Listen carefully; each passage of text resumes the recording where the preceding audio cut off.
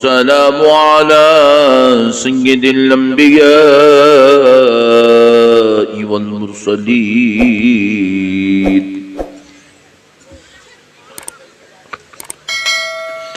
व अला आलिहि व अस्हाबिहि अजमईन अल-अकरमीन।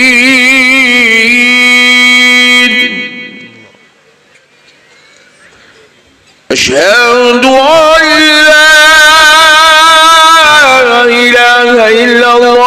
वहदहू ला शरीक लहू व अशहदु अन्न सय्यिदना व नबियना व मौलाना मुहम्मदन अब्दुहू व रसूलुहू। अम्मा बअदु फअऊज़ु बिल्लाहि मिनश शैतानिर रजीम। बिस्मिल्लाहिर रहमानिर रहीम।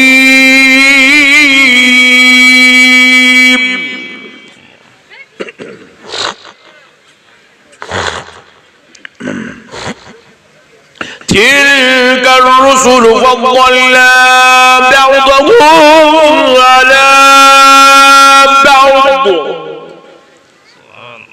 मिनहुम मन कल्लम अल्लाह व रफ़अ बअदहुम दरजात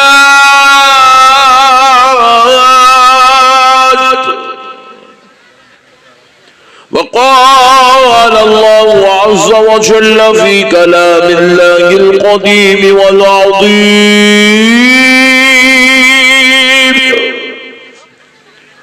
वलसौफ़ युअतीका रब्बुक फ़तर्दा।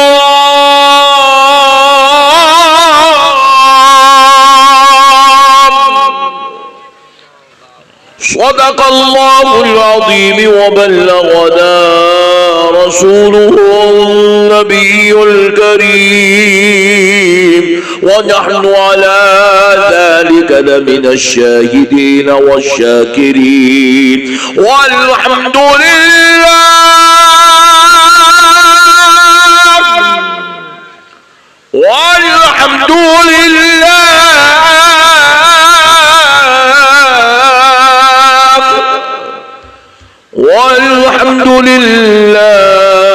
रब्बिल आलमीन।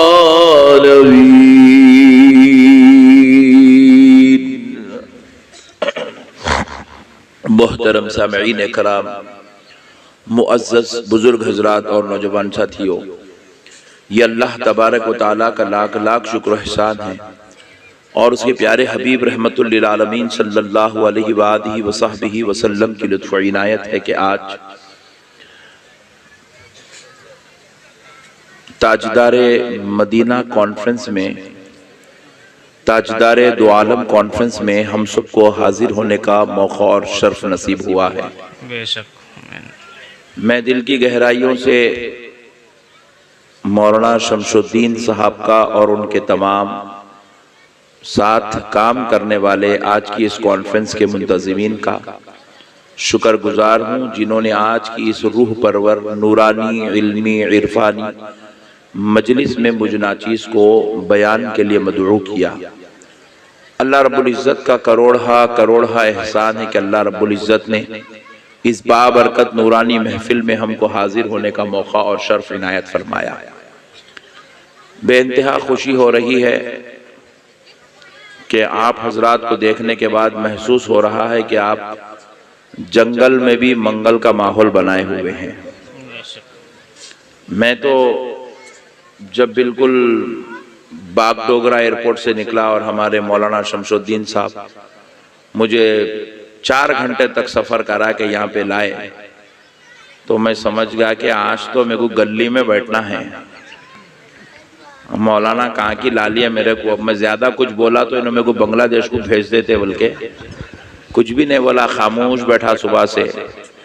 और आज एक 50-60 आदमी तो रहते जलसे में, बल्कि सोचा कहाँ तो भी आ गया, मैं फंस गया, बल्कि ऐसा सोचा। मगर माशाल्लाह आप लोगों की एक बड़ी तादाद, फिर हमारी बहनों का एक बहुत बड़ा मजमुआ देखकर मुझे महसूस हो रहा है कि अल्हम्दुलिल्लाह वहाबियत और 500 साल भी मेहनत करी तो अहले सुन्नत को धक्का लगने वाला नहीं है बल्कि, क्योंकि इस इलाके में भी इतनी बड़ी तादाद में और इतनी सर्दी वाली रात में और इतने वक्त तक इतनी बड़े तादाद में आशिकान रसूल, फिर हमारी आशिकान रसूल सल्लल्लाहु अलैहि वसल्लम के घर की खवातीन बैठी हुई हैं, तो ये बहुत बड़ा ऐलान है कि अल्हम्दुलिल्लाह सुन्नियत चलती नहीं है, मदीने वाले मुस्तफ़ा चलाते हैं। बेशक बेशक, सुभान अल्लाह सुभान अल्लाह। और आज हम उसी ताजदारे दो आलम सल्लल्लाहु अलैहि वसल्लम की मुबारक कॉन्फ्रेंस में हाजिर हुए हैं। तो सबसे पहले मैं आपको एक अकीदा देता हुआ चलूं ताकि आपको पता चले अहले सुन्नत वल जमात क्या है, क्योंकि हमारे कई 90% सुन्नी भाइयों को बेचारों को मालूम ही नहीं है सुन्नियत बोलते किसको। सुन्नियत बोले तो हमारे पास आजकल उर्फे आम में ये बात समझ में आ गई कि दरगाह को जाने का नाम सुन्नियत है, अंगूठे चूमने का नाम सुन्नियत है, या नबी सलाम अलैका पढ़ने का नाम सुन्नियत है, उर्स करने का नाम सुन्नियत है, घर पे गौसे आजम का झंडा लगाने का नाम सुन्नियत है। बाज लोग ये समझते हैं कि भाई सुन्नियत ये है कि नारा लगाओ, नारे रिसालत जम के बोलो या रसूल अल्लाह, समझते हैं कि ये सुन्नियत है। याद रखो प्यारे बुजुर्ग और दोस्तों, ये सुन्नियों का अमल है, इसका नाम सुन्नियत नहीं है। ये क्या है बोलो? सुन्नियों का अमल है। ये हमारा अपना एक अकीदा है, ये हमारा अपना एक जो है दिल की अकीदत है कि हम या रसूल अल्लाह का नारा लगाते हैं। ये हमारी अकीदत है, हम किसी बुजुर्ग के उर्स में हाजिर होते हैं। ये हमारी अकीदत है, हम उनके पास जाते हुए चादर भी ले जाते हैं, फूल भी ले जाते हैं, उनकी कदम बोसी भी करते हैं। ये हमारी अकीदत है कि हम औलिया अल्लाह सूफिया से मिलते हैं, उनसे इक्तिसाब फैज करते हैं, उनके तसर्रुफात उनके इख्तियारात से फायदा हासिल करते हैं। ये सब हमारी अकीदतें हैं। लेकिन आप पूछे हजरत फिर सुन्नियत क्या है, तो आप कान खोलकर सुन लीजिए। सलाम पढ़ना, फातिहा पढ़ना, अंगूठे चूमना, खड़े रह के पढ़ना, बैठ के नहीं पढ़ना, ये करना वो करना, इसका नाम सुन्नियत नहीं है। सुन्नियत नाम है खुदा की कसम अपने आप से ज्यादा, अपनी औलाद से ज्यादा, अपने माँ बाप से ज्यादा, अपने बीवी बच्चों से ज्यादा, अपने कारोबार से ज्यादा, अपनी तिजारत से ज्यादा, कायनात की हर शय से ज्यादा आमिना के लाल मोहम्मद अरबी से मोहब्बत करने का नाम सुन्नियत। बेशक, सुभान अल्लाह सुभान अल्लाह। हुजूर को अपनी जान से ज्यादा चाहने का नाम सुन्नियत है। बेशक बेशक। नहीं आई बात समझ में आपको? आई? क्या बुरा लाइट ले रहे भाई तुम लोग?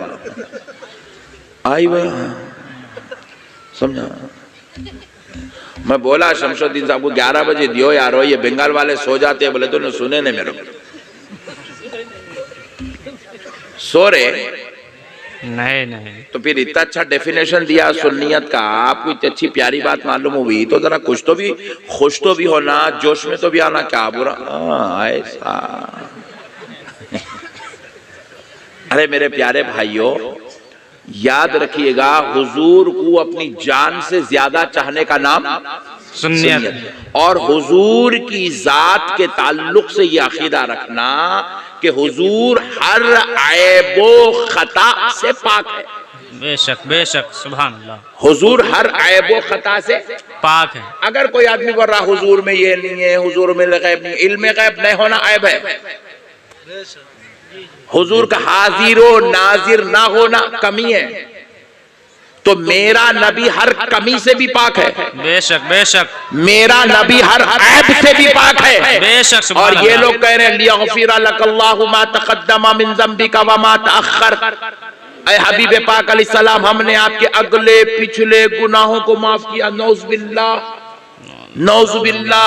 ये जो बाजू वाले तर्जुमा कर रहे हैं, इनका तर्जुमा बता रहा है कि हुजूर नौज़ुबिल्लाह गुनाहगार है। अब जो हुजूर को गुनाहगार समझे वो लाख ला इलाहा इल्लल्लाह मुहम्मदुर रसूलुल्लाह पढ़ता फिरे, खुदा की कसम वो सुबह क़यामत तक मुसलमान नहीं हो सकता, क्योंकि मेरे रब ने मेरे मुस्तफा को हर खता से पाक करके पैदा किया। बेशक बेशक। हुजूर बेऐब भी है, हुजूर बेखता भी है, हुजूर हर कमी से महफूज किए गए हैं। अब आप सुनो, सुन्नियत किसको कहते हैं? सुन्नियत किसका नाम है? अकीदा ऐसा होना चाहिए, आप यूं कहें अल्लाह ने मेरे नबी को सिर्फ तीन चीजें नहीं दी।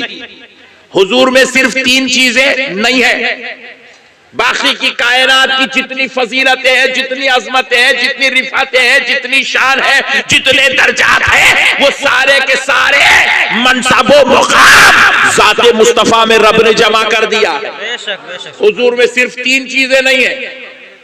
बोलो कितनी? जोर से बोलो। सिर्फ तीन चीजें हुजूर में नहीं है। पहली चीज, हुजूर खुदा नहीं है। बेशक। ए बाबू, ए मोदी की पार्टी वाले, रख दे फोन। जल से डिस्टर्ब करना और लोगों का काम है, इसलिए बोला। तो देखो मसले को समझो। हुजूर खुदा पहली चीज ये है कि मेरा नबी खुदा। दूसरी चीज ये है मेरा नबी खुदा के जैसा। सुभान अल्लाह, ये दो हो गए। अब तीसरी चीज सुनो, मेरा नबी खुदा के बराबर नहीं है। उसके बाद जितनी अजमतें हैं वो मेरे मुस्तफा की है। बेशक बेशक। जितनी रिफातें हैं वो मेरे मुस्तफा की है। जितनी शान है वो मेरे मुस्तफा की है। जितना करम है उसका नाम मोहम्मद अरबी है। बेशक। सुभान अल्लाह सुभान अल्लाह। अरे बहुत खतरनाक लोग हैं भाई, एक नारा नहीं लगा रहे यार। अल्लाह अकबर अल्लाह अकबर। या रसूल अल्लाह या रसूल अल्लाह जिंदाबाद। अरे ऐसा जरा बीच बीच में थोड़ा लगा ले तो मैं भी थोड़ी सांस ले लेता हूँ, थोड़ा मैं भी दम ले लेता हूँ। तुम लोग आ रहे हो लाइट ले लेके बैठे। मुखर्रिर के ऊपर भी रहम करना भाई जरा। इतनी दूर से आया बेचारा, कुछ तो लिहाज रखो यार। बेचारे अभी हमारे सलीम बरेलवी साहब बेचारे पढ़ते रहे, मैं देख रहा हूँ कौन डालता नजराना, कौन इतनी प्यारी नात पढ़े, पट्टे नजर दिए ही नहीं। बहुत बुरा सुलूक है भाई तुम लोग। ऐसा मत करो यार, आने वालों की थोड़ी कदर करो। बेचारे बार बार तुम्हारे इलाके को आएंगे। मुखर्रिरों की तुम कदर करो, नातखाओं की कदर करो, तो तुमको वो अच्छी अच्छी चीजें पिनाएंगे, सुनाएंगे इंशाल्लाह। क्योंकि अब ईमान बचाने के लिए हमारे पास ऐसी महफिलों का होना जरूरी है। जोर से बोलो, जरूरी है। तो हुजूर में सिर्फ तीन चीजें नहीं है। पहला, हुजूर खुदा नहीं है।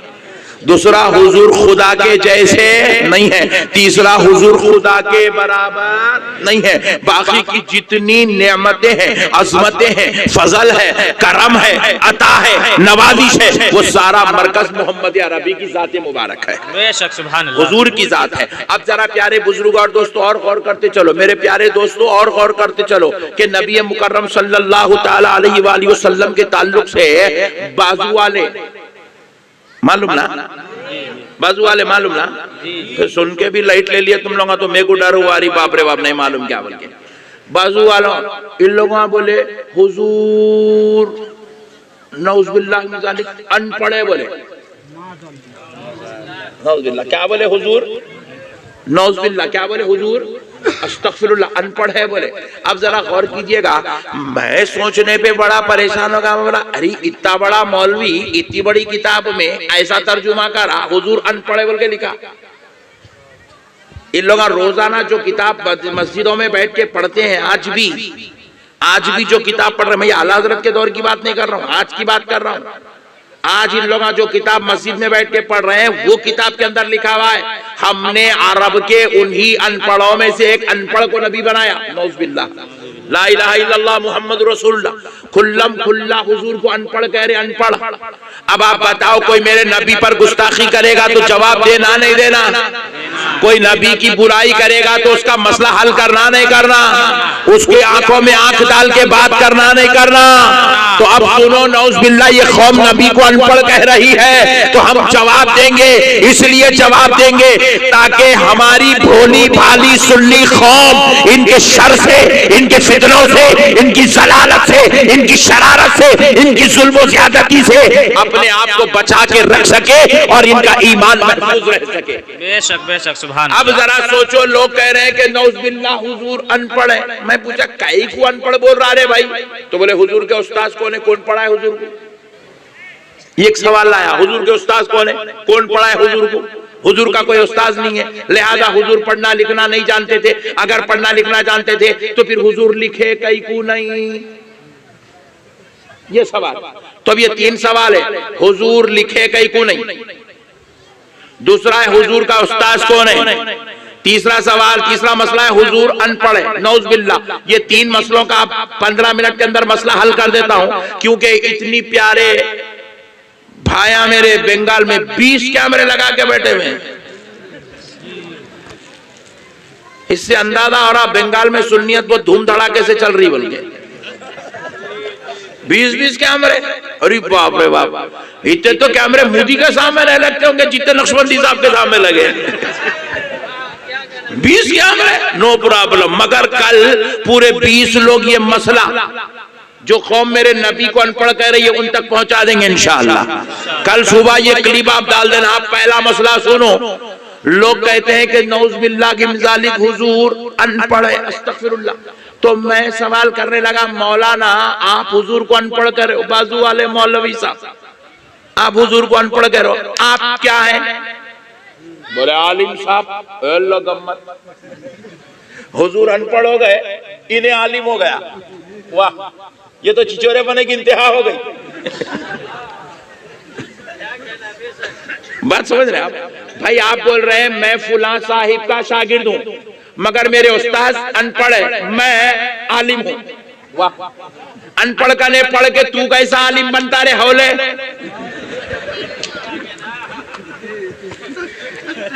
मसले को समझो। अरे भाई, तू जिस नबी का कलमा पढ़ रहा वो नबी अनपढ़, कलमा पढ़ने वाला आलिम कैसा होता? बात समझ रहे हैं आप? ला इलाहा इल्लल्लाह मुहम्मदुर रसूलुल्लाह, आपका ईमान मुहम्मदुर रसूलुल्लाह, आपका कलमा मुहम्मदुर रसूलुल्लाह, आपकी नमाज बवसाए बवसीला मुहम्मदुर रसूलुल्लाह, आपका दीन अताए मुहम्मदुर रसूलुल्लाह। अब जरा गौर करो, आप कह रहे नबी अनपढ़ और हम आलिम। मैं पूछा ओके नो प्रॉब्लम, आपका और ऑपरेशन अच्छी तरीके से करते हैं। जरा ये बता पट्टे, तुझे लोग आलिम क्यों कह रहे हैं? क्या तू ज़ूलॉजी पढ़ा? बोले नहीं। बायोलॉजी पढ़ा? बोले नहीं। मैथमेटिक्स है, तू मैथमेटिशियन है? बोले नहीं। तू साइंटिस्ट है, साइंस पढ़ा? बोले नहीं। फिजिक्स पढ़ा? नहीं। फिर तुझे आलिम क्यों कह रहे हैं? बोले मैंने तफसीर पढ़ा। क्या पढ़ा? तफसीर पढ़ा। जोर से बोला। तफसीर पढ़ा। कुरान की तफसीर पढ़ा। और क्या पढ़ा? बोले मैंने हदीस पढ़ा। ओह वेरी गुड, हदीस पढ़ा। पॉइंट टू बी नोटेड, हदीस पढ़ा। क्या पढ़ा? हदीस पढ़ा। क्या पढ़ा? हदीस। इतना पढ़ा के हदीस बन गया। हदीस पढ़ा, हदीस पढ़ा। मैं इसके ऊपर बहुत तवज्जो दे रहा हूं, गौर कीजिएगा। मैं बड़ी तवज्जो आपकी तार रहा हूं। ऐ बंगाल वालों में आपकी तवज्जो का तालिब हूं। आप बिल्कुल बांग्लादेश के बॉर्डर पर बैठे हैं, आप हिंदुस्तानी हैं, मगर आप मसले को समझते चलिएगा कि आप कह रहे हैं हम आलिम हैं क्योंकि हमने हदीस पढ़ा। अभी और क्या पढ़ा? बोले फिक़ह पढ़ा, मंतिक पढ़ा, फलसफा पढ़ा, अरबी अदब पढ़ा, ये पढ़ा, वो पढ़ा, सारी चीजें पढ़ा, नो प्रॉब्लम, सबको रख। मैं पूछता हूं क्या हदीस पढ़े बगैर, बुखारी पढ़े बगैर, मुस्लिम शरीफ पढ़े बगैर, तिरमिज़ी शरीफ पढ़े बगैर, इब्ने माजा पढ़े बगैर, अबू दाऊद पढ़े बगैर कोई आलिम बन सकता है? जोर से बोलो। नहीं। अल्लाह का शुक्र है इतनी समझ तो बंगाल वाले आवाम को भी है, तो लाजमी बात है बाजू वाले आलिमों को भी होगी। सुभान अल्लाह। ऐ बंगाल की आवाम, ऐ हजारों की तादाद में आने वाले आशिकाने रसूल, ऐ मेरी पर्दा नशीन माँ और बहनों, जरा मसले को समझो। आज जो आलिम कहलाता है, चाहे वो किसी भी मसलक का हो, वो आलिम इसलिए कहलाता है क्योंकि उसने हदीस पढ़ा। जो हदीस पढ़े वो आलिम। जी जी। तो हमने पूछा हदीस बोलते किसको? बेशक बेशक बेशक। Point to be noted. हमने पूछा हदीस बोलते किसको? तो जवाब मिला जो नबी कह दे वो हदीस। बेशक बेशक। जो नबी कह दे वो हदीस, जो नबी करे वो हदीस। नबी का कौल हदीस, नबी का फेल हदीस और नबी का सुकूत हदीस। जी जी बेशक। नबी ने सहाबी को काम करते हुए देखा, मना नहीं किया, खामोशी इख्तियार की, तो नबी का खामोश बैठना हदीस। सहाबी का अमल नबी की खामोशी की वजह से हदीस। मसले को समझो, मसला समझने की चीज है। तो अब जो नबी के कौलो फेलो सुकूत को पढ़ ले वो आलिम। जी जी बेशक। जो नबी के कौलो फेल को पढ़ ले वो आलिम। अरे जालिमो, तुम नबी के कौल को पढ़ के आलिम बनते हो तो कौल का ये आलम है तो साथे मुस्तफा के इल्म का। बेशक। सुभान अल्लाह सुभान अल्लाह सुभान अल्लाह। बेशक बेशक।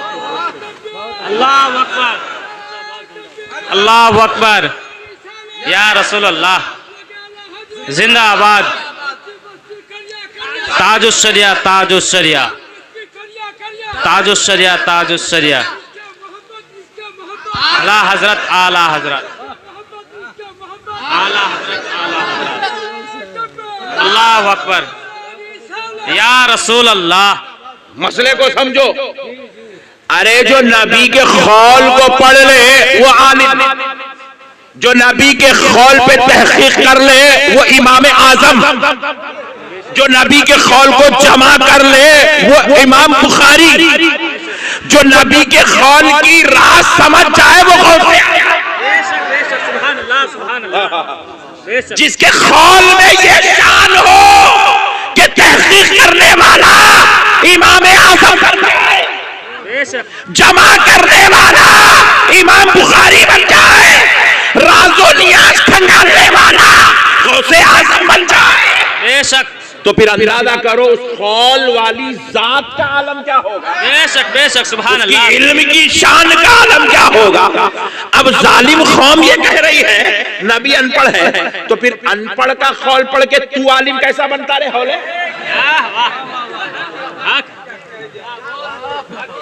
जी जी जी हक है। अक्ल मुर्दा हो गई। अल्लाह ताला जब किसी को गुमराह करना चाहता उनकी अक्लें छीन लेता, उनकी अक्लें मांद पड़ गई। अनपढ़ का कौल पढ़ के तू आलिम बनता। शर्म आना तेरे को अपने नाम के साथ मौलाना लिखने के लिए, शर्म आनी चाहिए तुझे अपने नाम के साथ आलिम लिखने के लिए, शर्म आनी चाहिए तुझे अपने नाम के साथ मुफ्ती लिखने के लिए, शेखुल हदीस लिखने के लिए। तू शेखुल हदीस होता और नबी अनपढ़ रहता। वाह, जुल्म की इंतहा देखो। नहीं, जुल्म की इंतहा देखो। इन्हें शेखुल हदीस हो गया और जिसकी हदीस पढ़ के इन्हें शेख बना वो नबी अनपढ़ हो गया। नौजुबिल्लाहि मिन ज़ालिक। अल्लाह की लानत हो ऐसे मनहूस अकीदों पर। मेरे प्यारे बुजुर्गों और दोस्तों, अब मसले को समझो। अब फिर पता यह चला, बोले मौलाना अच्छी बात है नबी इल्म वाले हैं। मैं कहा दीवाने नबी इल्म वाले नहीं है, नबी की शान सुन। अब मैं कह रहा हूं कसम रब्बे जुल जलाल की, ये जो आलिम लफ्ज़ है ये मेरे नबी के लिए बहुत छोटा है। बहुत छोटा है ये मेरे नबी के लिए, बहुत छोटा। क्योंकि मेरा नबी आलिम लाए, जो मेरे नबी को पढ़ ले वो आलिम है। मेरा नबी इल्म है। बेशक बेशक। सुभान अल्लाह सुभान अल्लाह। मेरा नबी इल्म है। क्या है? मेरा नबी इल्म है। इल्म है। इल्म। मैंने कह रहा हूं, खुदा मेना का लाल कहता है अना मदीनतुल इल्म। बेशक बेशक। सुभान अल्लाह सुभान अल्लाह। नबी कहता मैं इल्म का शहर हूं, मैं इल्म हूं, इल्म हूं, इल्म, मैं शहर हूं इल्म का। अना मदीनतुल इल्म। हाय हाय हाय।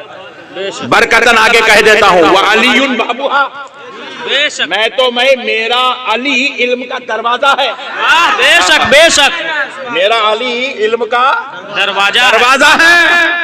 जालिमो नबी को कहते हो अनपढ़, नबी कह रहे हैं मैं इल्म का शहर हूं, मैं हुजूर शहर हूं, मैं शहर। अल्लाह अकबर, नबी को अनपढ़ कहते हो।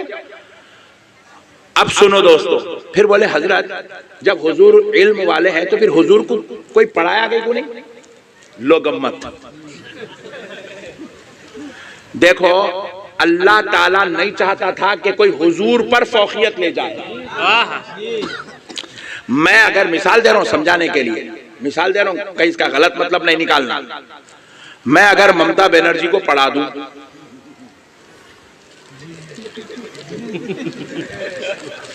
वो जितने अच्छे डिसीजन लेंगी मैं जलसे में बैठ के यूं करूंगा कॉलम मैच बोला, जहां जहां उनकी अजमत के झंडे चढ़ते जाएंगे चीफ मिनिस्टर के, उसके ऊपर लिख जाके मैं अपना झंडा लगाते जाऊंगा। मैच बोला, मैच सिखाया, मैं बोला बोल के डिसीजन लिया उन्होंने। अल्लाह ये नहीं चाहता था कि कोई मेरे मुस्तफा पे फौकियत ले जाए। बेशक बेशक इसलिए हुजूर चांद के 2 टुकड़े करते तो उस्ताद बोलता मैं क्या सो वजीफा। जी जी हुजूर के हाथ उठाने से सूरज पलट आता, मैं बोला था उनको ऐसा करो बोल के।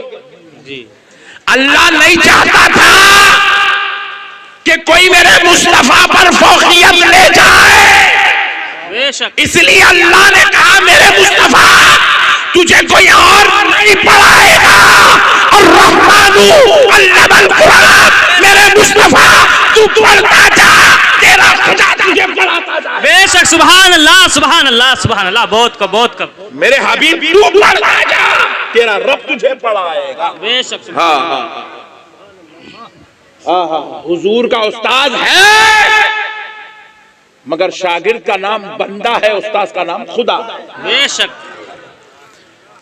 अर्रहमानु अल्लमल कुरान, इसकी दलील है। हुजूर को अल्लाह ने पढ़वाया, बेशक हुजूर को अल्लाह ने परवाया, जोर से बोलिए अल्लाह ने परवाया, अल्लाह ने, और जोर से बोलिए अल्लाह ने परवाया। नहीं पढ़ाया नहीं बोलना, पढ़ाया। पढ़ने वाली जात मुस्तफा की है, पढ़ाने वाली जात खालिक़े कायनात की है। बेशक अल्लाह ने पढ़वाया। अब कैसे पढ़ाया वो भी तफसील है आगे, लेकिन मैं आपको और एक मसला पहले समझा देता हूं। अल्लाह नहीं चाहता था कि हुजूर पर किसी की फौकियत हो, क्योंकि अब देखिए हुजूर को अल्लाह ने क्या किया, खातिमुन नबीयीन बनाया। बेशक क्या बनाया? खातिमुन नबीयीन। जोर से बोलो। खातिमुन नबीयीन। ए प्यारी माँ और बहनों तुम भी बोलो, हुजूर क्या है? खातिमुन नबीयीन। नबीयीन है। नबीयीन का हुजूर पर इख्तिताम है, अंबिया की आखिरी कड़ी, रसूलाने इज़ाम की इख्तिताम का नाम मुहम्मदुर रसूलुल्लाह। बेशक अल्लाह नहीं चाहता था कि हुजूर के बाद कोई नबूवत वाला इख्तिलाफ पैदा हो, या कोई इंतशार पैदा हो, या कोई फितना पैदा हो, या कोई मेरे नबी के बाद भी कोई नबूवत का ऐलान कर बैठे। अल्लाह नहीं चाहता था। इसीलिए इस बात को मद्देनजर रखते हुए एक लतीफ नुक्ता आपके गोशे गुजार कर रहा हूं, समाप्त करिए। बहुत प्यारी बात आपको समझा रहा हूं, ईमान ताज़ा हो जाएंगे। हुजूर सल्लल्लाहु अलैहि वसल्लम को बेटे कितने थे? 3। बोलिए, 3।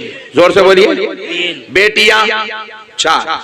बोलिए कितने? 4। बेटे बेटियां बेटे बेटियां याद रख लो, इतना तो याद रहना बहैसियत मुसलमान। आप कल मौलाना से पूछ के 7 के नाम भी याद कर लिया। ओके, अब मसले को समझो। बेटियां बक़ैद हयात रही, बेटे बचपन में पर्दा हो गए, विसाल फरमा गए। इसमें क्या हिकमत है? इसमें क्या हिकमत है? बच्चे हुजूर की औलादे नरीना बचपन में विसाल फरमा गई, बेटे बचपन में विसाल हो गए, बेटियां बक़ैद हयात रही। यहां तक के चारों बेटियों की भी शादियां हुई। चारों बेटियां दामाद, चारों बेटियों के दामाद भी रसूल अल्लाह के पास थे, लेकिन बेटे नहीं रहे, बचपन में विसाल कर गए। हमने पूछा भाई इसमें हिकमत क्या है, तो कहा कि सुनो, अल्लाह नहीं चाहता था कि हुजूर के बच्चे जवान हों, और पिछले पैगंबरों में यह सिलसिला चल रहा था कि बाप अगर पैगंबर है तो बेटा भी पैगंबर होता था। हजरत इब्राहिम पैगंबर तो हजरत इसहाक भी पैगंबर, हजरत इब्राहिम पैगंबर, हजरत इस्माइल भी पैगंबर, हजरत याकूब पैगंबर तो हजरत याकूब का बेटा हजरत यूसुफ पैगंबर, हजरत आदम पैगंबर तो हजरत आदम का बेटा शीश पैगंबर। अल्लाह नहीं चाहता था कि मोहम्मद पैगंबर तो मोहम्मद का बेटा भी पैगंबर, अल्लाह नहीं चाहता था। इसीलिए अल्लाह ने क्या किया, उनको बचपन में बुला लिया, उनको बचपन में वापस ले लिया। क्यों? क्योंकि अगर ये बड़े होंगे, अगर ये पैगंबरी का ऐलान नहीं भी करेंगे तो कौम इनको पैगंबर बना देगी। कौम एक उम्मत में फितने पैदा करेगी, इसमें बंटवारा होगा, मेरे नबी की नबूवत का मरकज टूटता हुआ नजर आएगा। इसीलिए अल्लाह ने क्या किया, बचपन में नबी के औलादे नरीना को विशाल फरमा दिया, उनको बुलवा लिया। अब सुनो आगे, फिर एक सवाल पैदा होता है, जब बचपन में बुला लेना था, आगे चल के ये हिकमत मसलिहत थी, ऐसा होने वाला था, तो फिर अल्लाह दिया इसका को बेशक बेटे दिया ही क्यों? तो फिर हमारे बुजुर्गों ने फरमाया सुनो, इसलिए दिया क्योंकि अरब में बेटे नहीं होना ऐब था। अरब में बेटे नहीं होना ऐब था। अगर अल्लाह बेटे नहीं देता तो सारे मुनाफिकीन ताना कसते रहते थे, तुम्हारे नबी को तो बेटा है ही नहीं, तुम्हारे नबी को बेटा है ही नहीं, तुम्हारे नबी को बेटा है ही नहीं। अरब वालों की नजर में, अरब वालों की नजर में ऐब था। तो इसलिए अल्लाह ने कहा हबीब, हम ये भी सुनना गवारा नहीं करते को कोई ये कहे कि मोहम्मद को औलाद नरीना नहीं है। इसलिए मुस्तफा हम दे तो देते हैं ताकि लोगों को पता चले कि हमने मुस्तफा को हर ऐब से पाक करके पैदा किया। बेशक बेशक, सुभान अल्लाह। हमने अपने हबीब को हर ऐब से पाक करके पैदा किया है। नबी उस जात का नाम है जिसमें कोई ऐब नहीं है, जोर से बोलिए, नबी उस जात का नाम है जिसमें कोई कमी, नबी उस जात का नाम है जिसमें कोई खामी। अल्लाह ने जिसको हर ऐब से, हर खता से, हर लफ्ज़ से पाक करके पैदा किया। तो अब अल्लाह जब ये गवारा नहीं करता कि नबी के बेटों को कोई नबी कहे, तो अल्लाह ये कैसे गवारा करता कि कोई नबी को नौजुबिल्लाह ये कहे कि ये इनके उस्ताद हैं, लिहाजा इनका मर्तबा नबी से बड़ा है। इसीलिए अल्लाह ने क्या किया, नबी का कोई उस्ताद, जोर से बोलिए, नबी का कोई उस्ताद नहीं रखा, बल्कि अल्लाह ताला ने खुद अपने मुस्तफा को पढ़ाया। अब वो पढ़ाने वाली शान क्या है, उस पर भी अगर रोशनी डालते बैठेंगे तो और आधा घंटा लग जाएगा। लेकिन अब मैं आपको एक लतीफ नुक्ते की तरफ लेकर चलता हूं। ये मौजू पर फिर कभी इंशाल्लाह तफसील से बात करेंगे। अब तीसरी बात सुन लीजिए। फिर हुजूर जब अल्लाह के पढ़ाए हुए थे तो लिखते कई को नहीं थे, लिखते कई को नहीं थे। आपको मालूम है, आप हिंदुस्तान में रहते हैं, आज भी चाहे वो हिंदुस्तान का कल्चर हो, चाहे वो अरब का कल्चर हो, अरब में भी अजम में भी आज भी 1400 साल के बाद ये माहौल चला आ रहा है कि हर बड़ा आदमी लिखता नहीं है, लिखवाता है। मिसाल लीजिए, सुप्रीम कोर्ट को आप चले जाइए, सुप्रीम कोर्ट का जज लिख लेते नहीं बैठता, हाँ इनको ये करे, इनको लेके जाके जेल में डालो, 3 महीने इसको रखना, फिर उसके बाद इसको खाना देना, इसके 3 तनख्वाह भी देना, इसको नहीं लिखता जज। सुप्रीम कोर्ट का जज, बोलिए, जोर से बोलो, बाजू वालों को भी कल सुनाओ, सुप्रीम कोर्ट का जज नहीं लिखता, ऑर्डर पास करता, उसके नीचे राइटर बैठे हुए रहते हैं, उन लोग लिखते हैं, वो टाइपिस्ट होते हैं, उन लोग लिखते हैं। बाज़ाब्ता तौर पे तहरीर लिखने वाले लोग वहां मुकर्रर होते हैं, वो लोग लिखते हैं, जज नहीं लिखता। और एक बात सुन लो, सदरे जमहूरिया नहीं लिखता, नहीं लिखता, ऑर्डर पास करता। बाज़ाब्ता तौर पे कानूनदान बैठकर मसला लिखते हैं, बड़ा आदमी लिखता नहीं, खाली दस्तखत करके निब तोड़ देता। मेरे मुस्तफा लिखते नहीं थे। अल्लाह ने कहा मेरे हबीब, अरब वालों की नजर में बड़ा आदमी लिखना ऐब है, मेरे मुस्तफा आप ना लिखना, ताकि पता चले कि हमने अपने मुस्तफा को हर शानो फजीलत का मालिक बनाकर पैदा किया है, हर रिफतों का मरकज बनाकर पैदा किया है, दर्जात की बुलंदी का मरकज बनाकर पैदा किया है। मेरे प्यारे बुजुर्ग और दोस्तों, मसले को समझो, कुर्बान जाओ प्यारे हबीब अलैहिस्सलाम के, उनके रब ने उनको हर अजमतों का मरकज बनाकर भेजा है, रिफतों का मरकज बनाकर भेजा है। अब लगे हाथ तो एक बात और भी सुन लीजिए कि अल्लाह ने पढ़ाया है। मैं सोचा बाद में बोलूंगा, लेकिन मुझे बेचैनी हो रही है, कल कहीं फितना ना पैदा हो, इसलिए सिर्फ एक हदीस सुनाकर आगे बढ़ जाता हूं। अल्लाह ने पढ़ाया है, मुस्तफा ने पढ़ा है, पढ़ाने वाले ने किस शान से पढ़ाया, पढ़ने वाले ने किस शान से पढ़ा, तिरमिज़ी शरीफ की हदीस है। प्यारे मुस्तफा इरशाद फरमाते हैं, मैं इशा की नमाज में था, हुजूर फरमाते, मैं बोलिए इशा की नमाज में था, आका फरमाते हैं मुझे हालत नमाज में ऊँगनी आई, मैं ऊँगने लगा, मुझे नींद आई। सुभान अल्लाह, सुभान अल्लाह, बोलो जी। और क्या ठंडे लोग, मुझे नमाज में, हुजूर कहते मुझे नमाज ऊँग नहीं आई, मैं ऊँगने लगा। बाजू वाला हदीस पढ़ा, देखो नबी नमाज में सो गए, नबी नमाज में सो गए, नबी नमाज में सो गए, हमारी तरह। अबे जाहिल, उनके ऊँगने पे मेरी जान कुर्बान, मेरे घर घर का बच्चा कुर्बान। क्योंकि दीवाने नबी इसलिए नहीं ऊँग रहे थे कि गफलत तारी हुई थी। नबी का ऊँगना इस उम्मत के लिए ताक़यामत रहमत है। आप पूछे वो कैसे है? क्योंकि नबी की नजर अपनी उम्मत के गरीबों, मेहनतकश बूढ़ों पर थी। किस पर थी? बूढ़ों पर। नबी पाक अलैहिस्सलाम देख रहे हैं कि रमजान का महीना है, हुजूर की नजर बता रहा, रमजान का महीना होगा, मेरा उम्मती दिन भर गली कूचों में फिर फिर के सामान बेचता होगा, या फिर गंपे उठा उठाकर सामान ले जाकर लोगों के घरों में डालता होगा।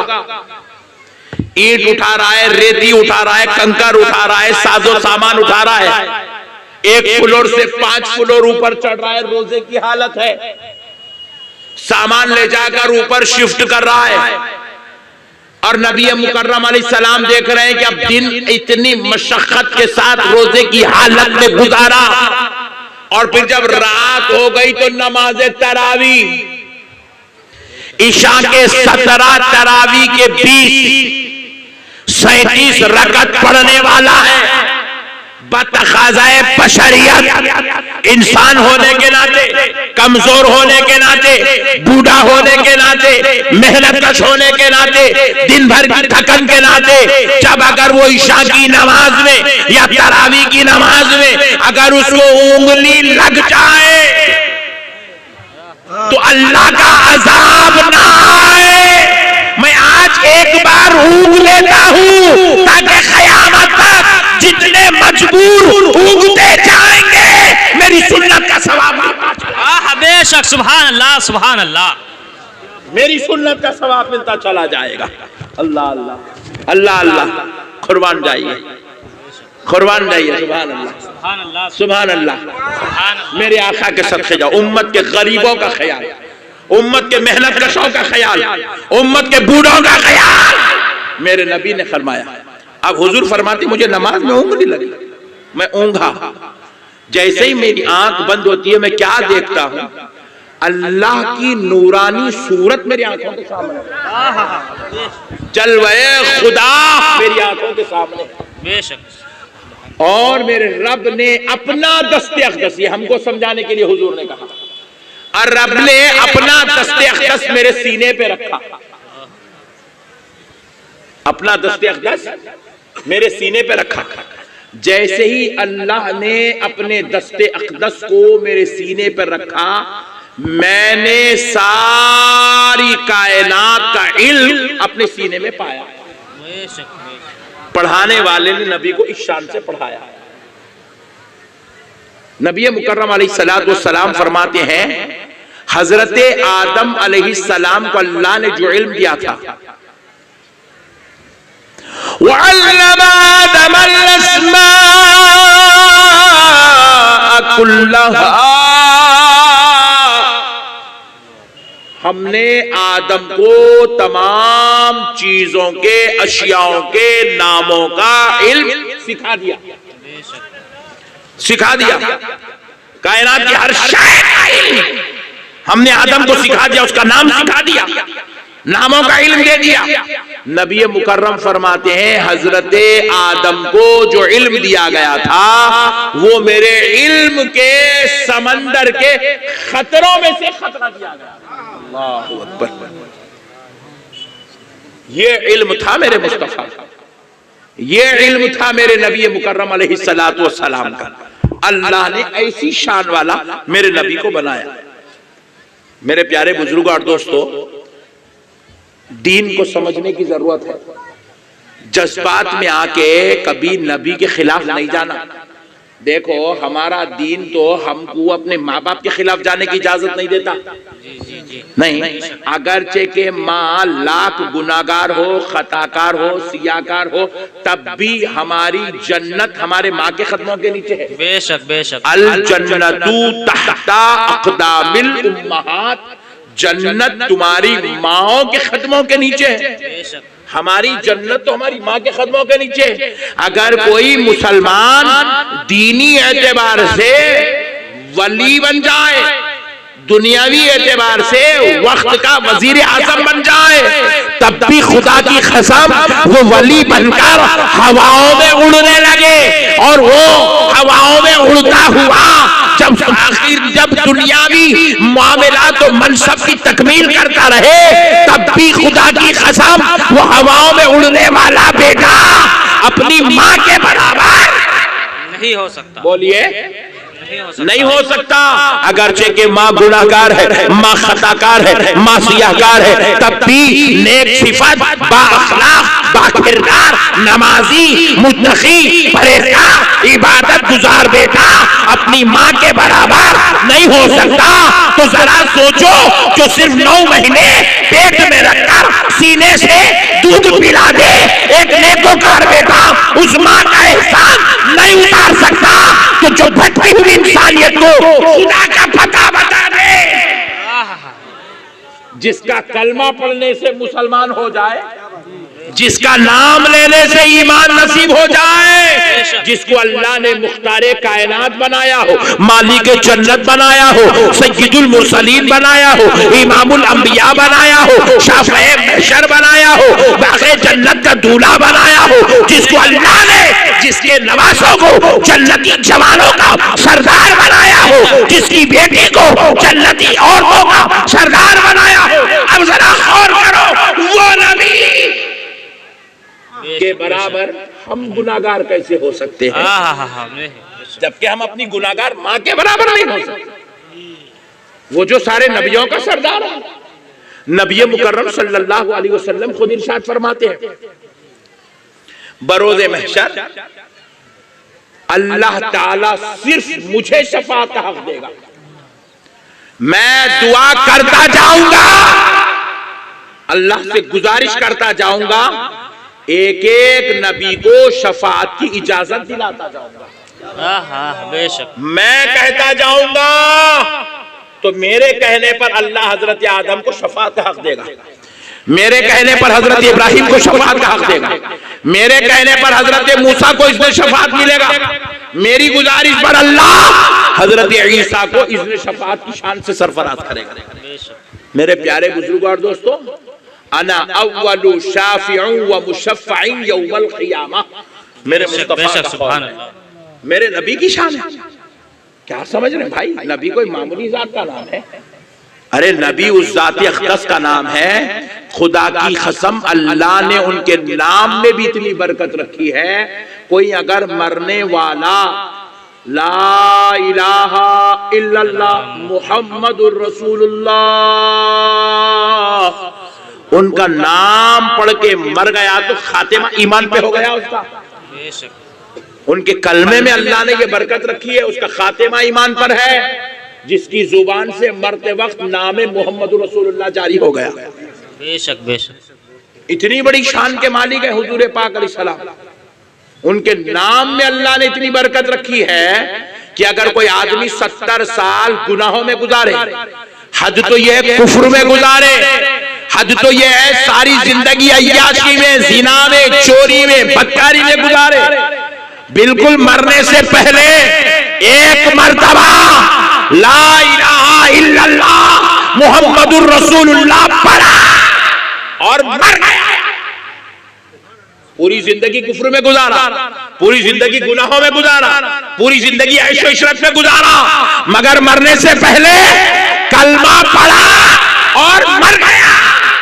खुदा की कसम मैंने कह रहा हूं, सारी कायनात के मुफ्तियाने इल्जाम फरमाते हैं उसका खातिमा ईमान पर हुआ और ईमान की बरकत ने उसके 70 साल के कुफ्र और गुनाहों को माफ फरमा दिया। 70 साल के कुफ्र और 70 साल के गुनाह खत्म, सिर्फ नाम मुस्तफा की बरकत। उनके रब ने उनको इतनी बड़ी शान वाला बनाया। हमारा काम क्या है? खामोश मान लेना, आमन्ना सद्दकना या रसूल अल्लाह, आप पर हम कुर्बान, हमारी औलाद कुर्बान। ये डेढ़ोशारी के बातें कहीं को करना। हुजूर को इल्म नहीं था, हुजूर का उस्ताद कौन है, हुजूर को लिखना नहीं आता था, हुजूर हमारी तरह है, हुजूर को इल्म गैब नहीं था, हुजूर हाजिर नाजिर नहीं है, कहीं को करना है बातें? ये बातें आखिरत की बर्बादी का सबब है, ईमान की हलाकत का सबब है, अल्लाह की नाराजगी का सबब है, दोज़ख में जाने का सबब है। दोज़ख की बात आई तो एक बात आपको बता देता हूं। अल्लाह रब्बुल इज्जत ने अपने लिए सिर्फ एक जात बनाई, बेशक बेशक अपने लिए अल्लाह ने सिर्फ एक ही चीज बनाई है। अल्लाह ने अपने लिए सिर्फ एक चीज बनाई, उनका नाम है मुहम्मदुर रसूलुल्लाह। अब ये सारी कायनात अल्लाह ने जो बनाई है ये मुस्तफा के लिए बनाई है। किसके लिए बनाई है? जरा जोर से बोलिए, लौला कलमा खलक़तुल अफलाक।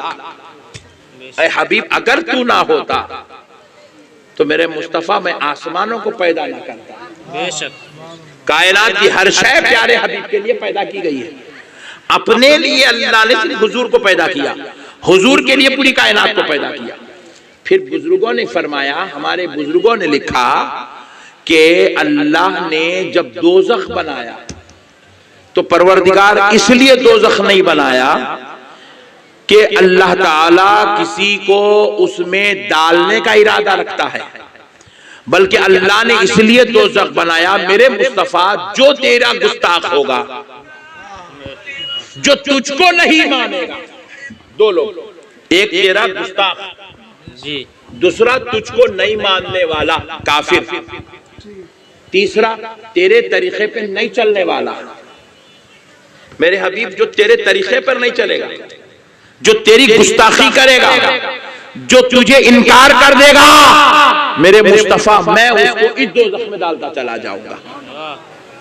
जब तक हुजूर के गुस्ताखों का ख्याल न था तो मेरे भाई दोज़ख भी ना थी।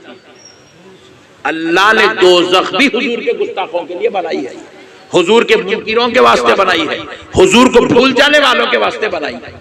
इसलिए मेरे प्यारे भाइयों, अल्लाह और उसके रसूल का वास्ता, नबी के मुकाम को समझो। मैंने जो आयत मुबारका की तिलावत का शर्फ हासिल किया, अल्लाह रब्बुल इज्जत इरशाद फरमाता है, तिलकर रुसुलु फद्दलना बअदहुम अला अल्लाह फरमाता है हमने उन रसूलों में बाज रसूलों पर बाज रसूलों को फजीलत दी, यानी कि फजीलत पाने के एतबार से हर रसूल रसूल के बराबर, ये तो अल्लाह का कलाम है। फद्दलना, हमने फजीलत दी, बअदहु अला बअद, बाज रसूलों पर बाज रसूल को हमने फजीलत दी, यानी कि फजीलत पाने के एतबार से रसूल रसूल के बराबर, जोर से बोलिए, रसूल रसूल के बराबर, और जोर से बोलिए, रसूल रसूल के बराबर नहीं है। तो अब जरा गौर करो, आपको समझा रहा हूं, तवज्जो का तालिब हूं।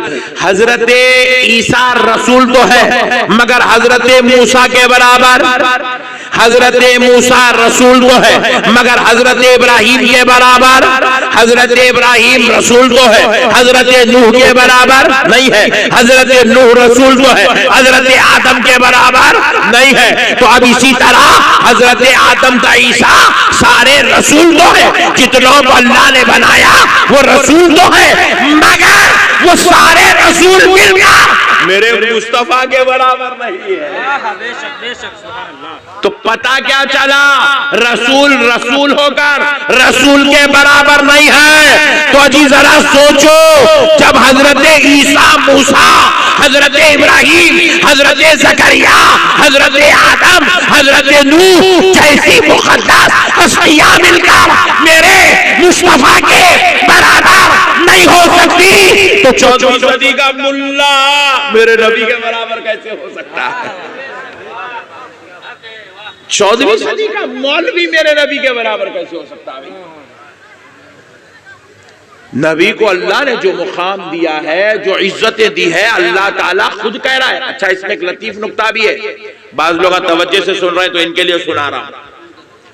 अल्लाह ताला क्या किया, लफ्ज़े बाज का 2 मरतबा इस्तेमाल किया। तिलकर रुसुलु फद्दलना बाअदहुम, एक हो गया, बाअदहुम एक बार, अला बाअद बाअद दूसरी बार, 2 बार, बाज का लफ्ज 2 बार आया। जरा गौर कीजिए, अरबी जुबान में ये बाज का जो लफ्ज है ना, इसके 2 माना आते हैं।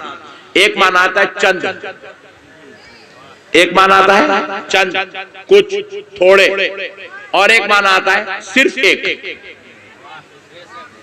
हम लोग अभी उर्दू में बाज का लफ्ज इस्तेमाल करते, बाज लोग आ रहे थे, बाज लोग बैठे थे, बाज लोग खा रहे थे।